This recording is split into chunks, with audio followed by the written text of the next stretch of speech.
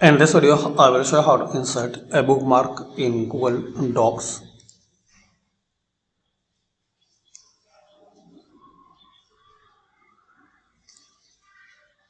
So open your document. Now keep your cursor where you need a bookmark.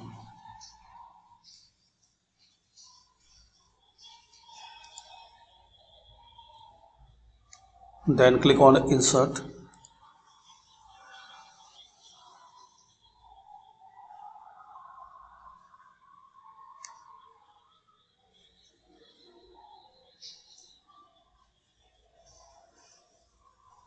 Scroll down and click on bookmark.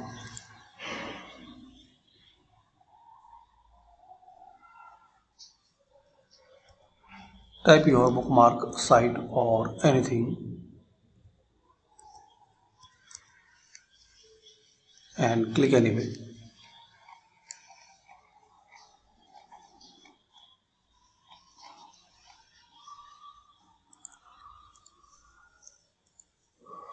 And if you need to delete, so just click this trace icon. So this is the short way to bookmark into Google Docs. Thanks for watching.